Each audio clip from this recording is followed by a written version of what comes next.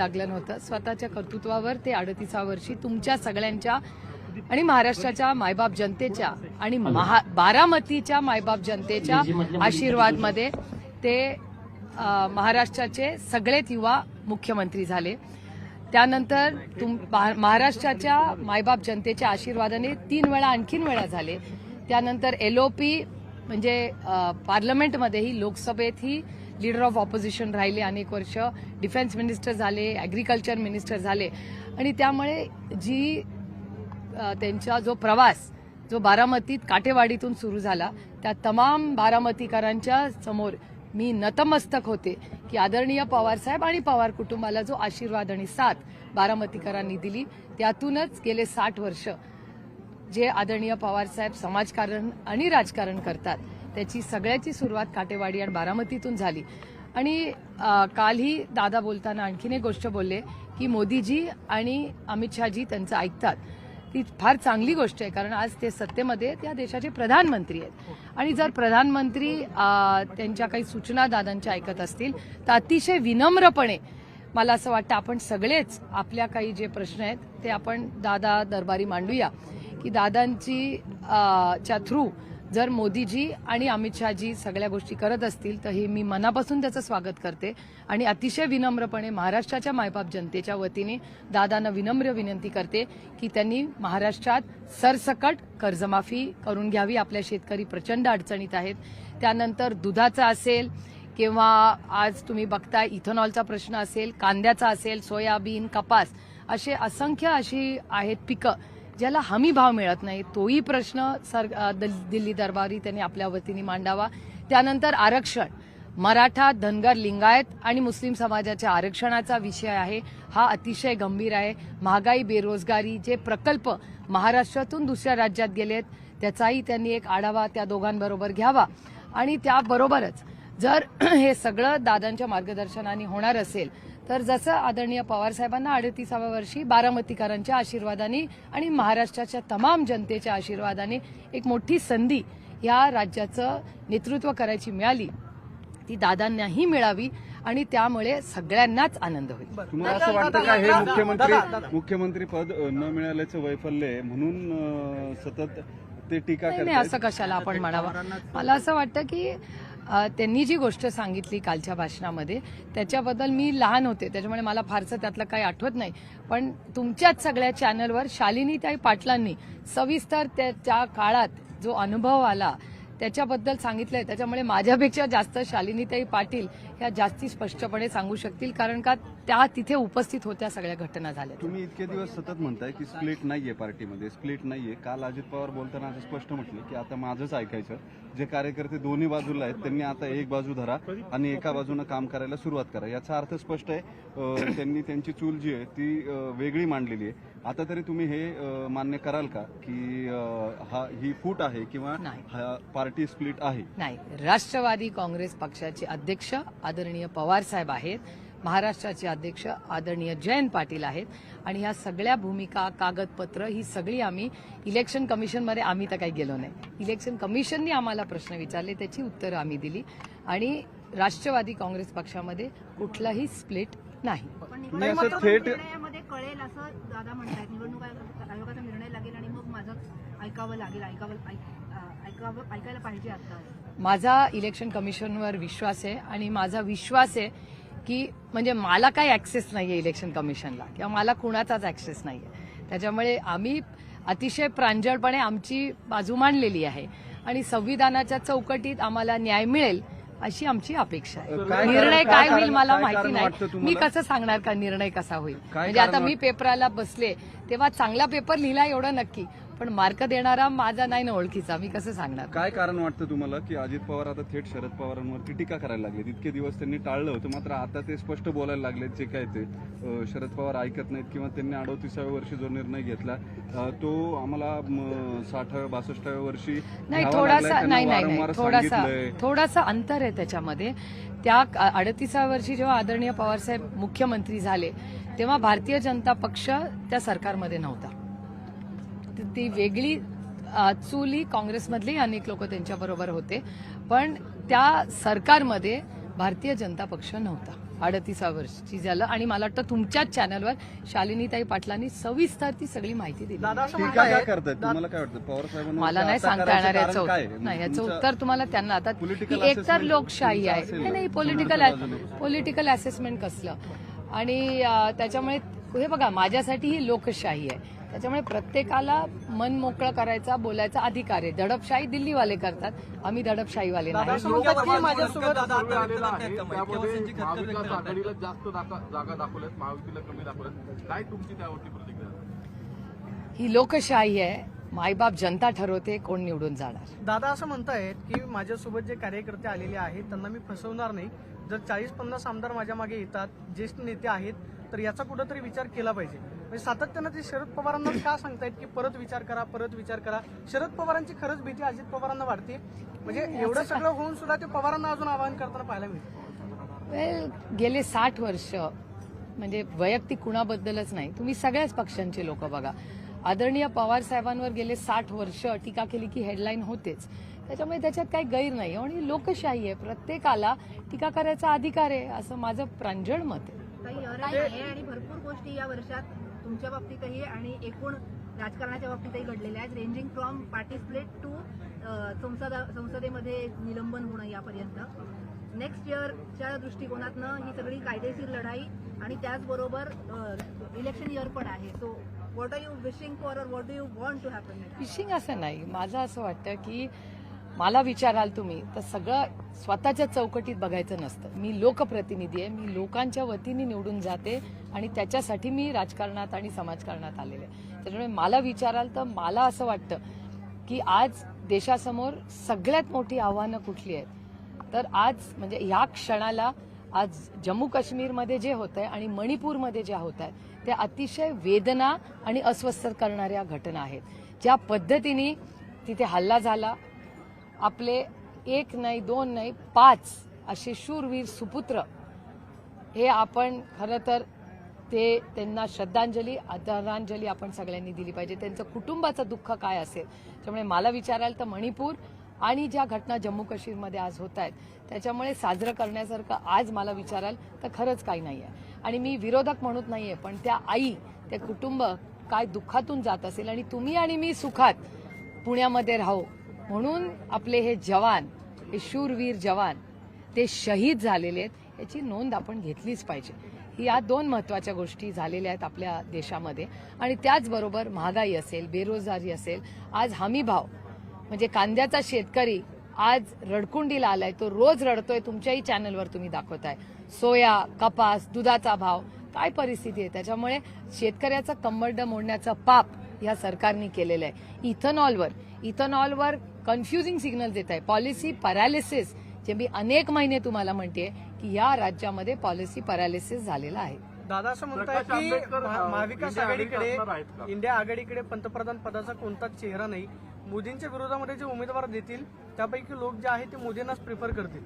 दादांचं मोदींवरचं प्रेम अलीकडच्या काळामध्ये खूप वाढलंय असं दिसतंय का? कारण सातत्याने ते मोदींचा उल्लेख करतायत. सातत्य असं म्हणतायत की मोदींचा करिश्मा भारतभर चालणार आहे. त्यांचं वैयक्तिक मत आहे, त्याच्यात गैर काय. आमच्यासाठी लोकशाही आहे. लोकशाहीत प्रत्येकाला आपलं मन मांडायचा अधिकार असतो. पण दादा असं म्हणत होते की कमळाबाई सातत्यानं मोदींवरती सुद्धा त्यांनी टीका केलेली होती. महागाई एवढी वाढली, सगळं एवढं वाढलंय. अचानकच 5-6 महिन्यांमध्ये दादा असं म्हणतात की ह्या सगळ्याची उत्तरं तुम्हाला त्यांना विचारावी लागतील. मी कसं उत्तर देईन. शिंदे गटाचे मंत्री आहेत महेंद्र दळवी यांनी एमएसएबीचे जे अधिकारी आहेत त्यांना शिवेगाळ केली आणि धमकी दिली आहे की तुम्ही वीज वसुली आहे ते आमच्या भागामध्ये करू नका अन्यथा तुमचा जीव घेऊ. मी तुम्हाला सांगते या राज्यामध्ये पॉलिसी पॅरालिसिस झालेले आहे. कॅबिनेटमध्ये होणाऱ्या गोष्टी ज्याला संजय राऊत साहेब गँगवॉर म्हणतात. खरंच आता रोजच्या या बातम्यांमध्ये कळतंय की खरंच त्या कॅबिनेटमध्ये गँगवॉर चालू आहे. आणि जर सत्तेत असलेल्या आमदाराला ही भाषा करायची असेल तर मला असं वाटतं महाराष्ट्राच्या माननीय मुख्यमंत्र्यांना हा सिग्नल आहे की त्यांच्या राज्यामध्ये पॉलिसी पॅरालिसिस झालेला आहे. काही वेगळं मला बोलायचं सी वोटरच्या सर्वेप्रमाणे असं दिसतंय की लोकसभा निवडणुकीत महाविकास आघाडीला 28 ते 29 जागा मिळतील तर महायुतीला 19 ते 20च जागा मिळणार आहेत.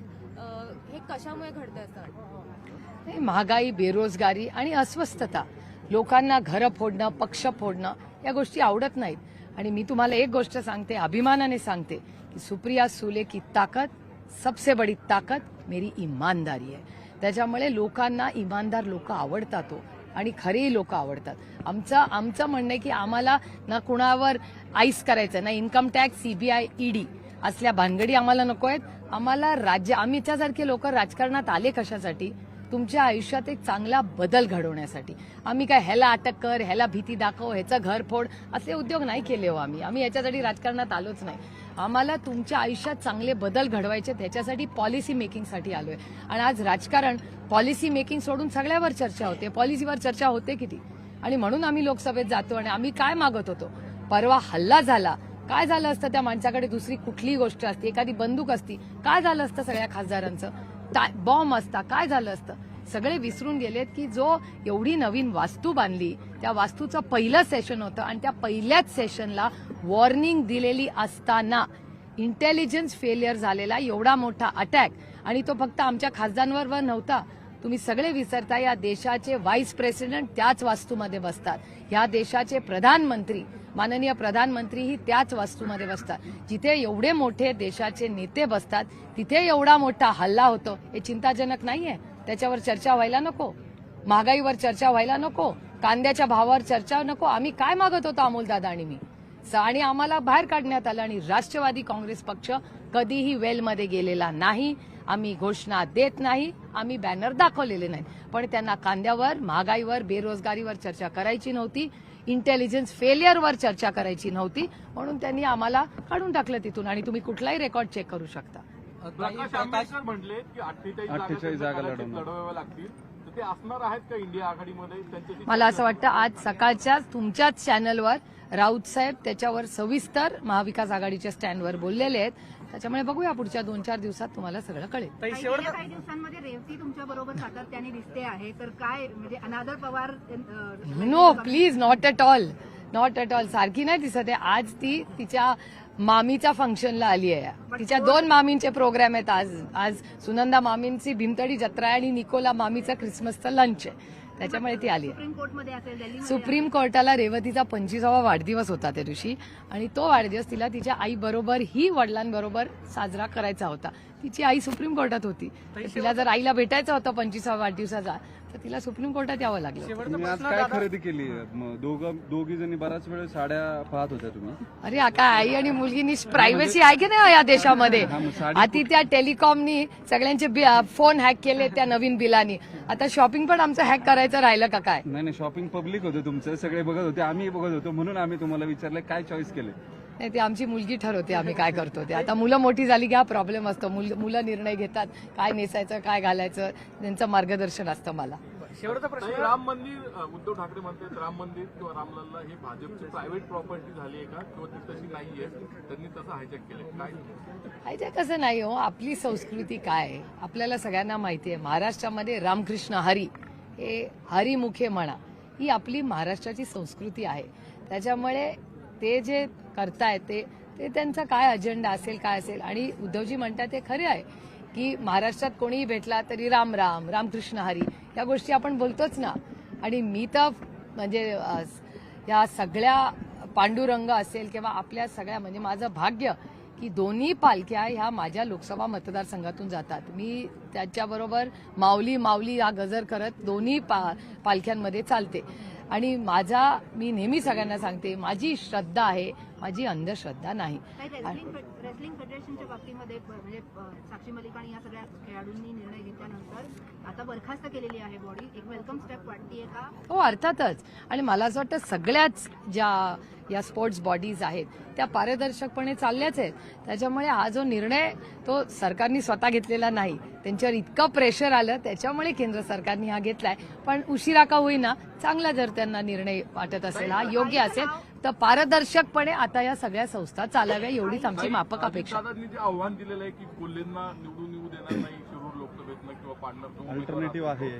तुमचे उमेदवार असतील कोल्हे किंवा नाही, मला असं वाटतं महाविकास आघाडी वर्सेस त्यांची महायुती आहे ना, काय म्हणतात ते, महायुती ना. तर महायुती वर्सेस महाविकास आघाडी असं होणारच आहे आणि त्याच्यात काही गैर मला वाटत नाही. लोकशाही आहे, प्रत्येक जण आपल्या स्टाईलनी बोलतं, प्रत्येकाची बोलायची स्टाईल असते. दादा जे बोलतात ते करून दाखवतात. याच्या आधी आपण बघितलं पुरंदरमध्ये त्यांनी असाच इशारा विजय शिवतरेंना दिला होता, त्यांना पाडून दाखवलंय आणि असाच इशारा त्यांनी आता अमोल कोल्हेंना दिला. तर तुम्हाला काय वाटतं काय होईल? की आमच्यासाठी ही लोकशाही आहे. आम्ही लोकशाहीच्या मार्गाने आम्ही करत असतो आमचं सगळं काम. कोल्हेंची उमेदवारी जाहीर केलेली होती तुम्ही, पण आता कोल्हे कुठेतरी तळ्यात मळ्यात आहे तशी चर्चा केली अनेक दिवस आहेत. अजितदादांसोबत ते जात नाही आहेत कदाचित, आता त्याच्यामुळे अजितदादा बोलत असतील. भाजपच्या त्यांच्या प्रवेशाची चर्चा आहे. तुमचे उमेदवार असणार का नाही? आता 27 तारखेपासून जन आक्रोश मोर्चा 27 ते 30 अमोलदादा आणि मी एकत्रपणे करतोय. आमच्या दोघांच्याही लोकसभा मतदारसंघात कांदा, दूध, आता इथेनॉलच्या जे पॉलिसीमध्ये जे यू-टर्न सारखे करतायत, कन्फ्युजिंग सिग्नल्स येत आहेत, त्या सगळ्या शेतकऱ्यांच्या सुखदुःखामध्ये सामील होण्यासाठी हा मोठा मोर्चाचं नियोजन केलेलं आहे आणि ते होईल आता. साहेब पण यावर अजितदादांनी टीका केलेली आहे की 5 वर्ष तुम्ही मतदारसंघाचं लक्ष दिलं असलं तर अशा पद्धतीच्या यात्रा आणि मोर्चा काढायची गरज होती.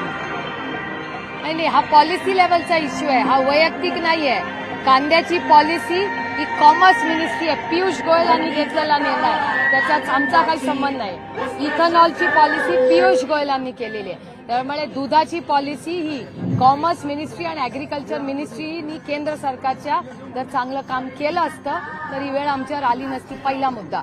दुसरा मुद्दा, देशाचे ऍग्रिकल्चर मिनिस्टर आज कोण आहेत मला नाव सांगा? तोमरजी मिनिस्टर होते, त्या स्पीकर म्हणून गेले. या देशामध्ये पहिल्यांदा झालं असेल की फुल टाइम ऍग्रिकल्चर मिनिस्टर केंद्रात नाहीये. तुम्ही एकीकडे म्हणता कृषी प्रधान देश आहे तर फुल टाइम मिनिस्टर नाही आम्हाला. त्याच्यामुळे या सगळ्याची उत्तरं केंद्र सरकारने दिली पाहिजेत. आम्ही मोर्चा का काढतोय? कारण का सगळी केंद्र सरकारची धोरणं ही चुकीची आहेत. काही शेवटचा प्रश्न, बारामतीकर कुणाचा ऐकणार? दादा म्हणतात माझा ऐका, शरद पवारांचा ऐकणार, सुप्रिया सुळेंचा ऐकणार की अजित पवारांचा ऐकणार बारामती? मी कुणाला काही सांगायला राजकारणात आले नाही. मी मायबाप जनतेची सेवा करायला आले राजकारणात. Thank you very much. आमची व्हिडिओ बातमी आवडल्यास लाईक, शेअर आणि समांतर चॅनलला सबस्क्राईब करायला विसरू नका.